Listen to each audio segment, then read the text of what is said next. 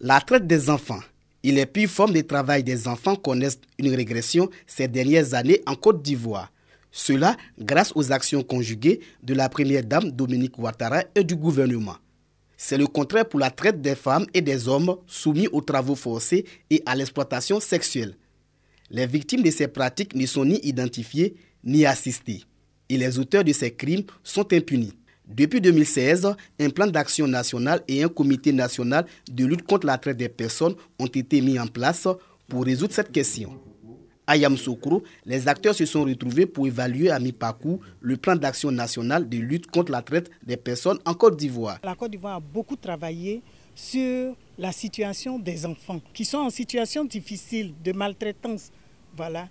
Maintenant, la Côte d'Ivoire, avec l'appui de l'ONUDC, veut essayer d'ajuster les tirs en prenant comme repère les normes internationales pour pouvoir gérer la question au niveau national.